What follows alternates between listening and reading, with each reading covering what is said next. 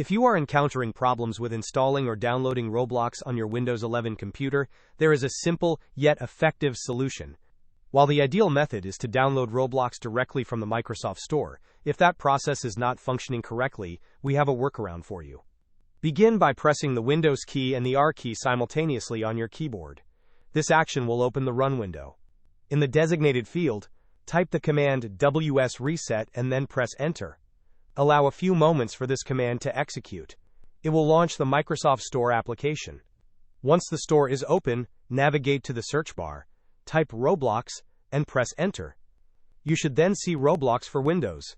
Select this option and proceed to click on the Install or Download button. This method is highly likely to resolve your installation issues. Hope this was helpful. Don't forget to like and subscribe if you enjoyed. As always, thanks for watching, and I will see you in the next video.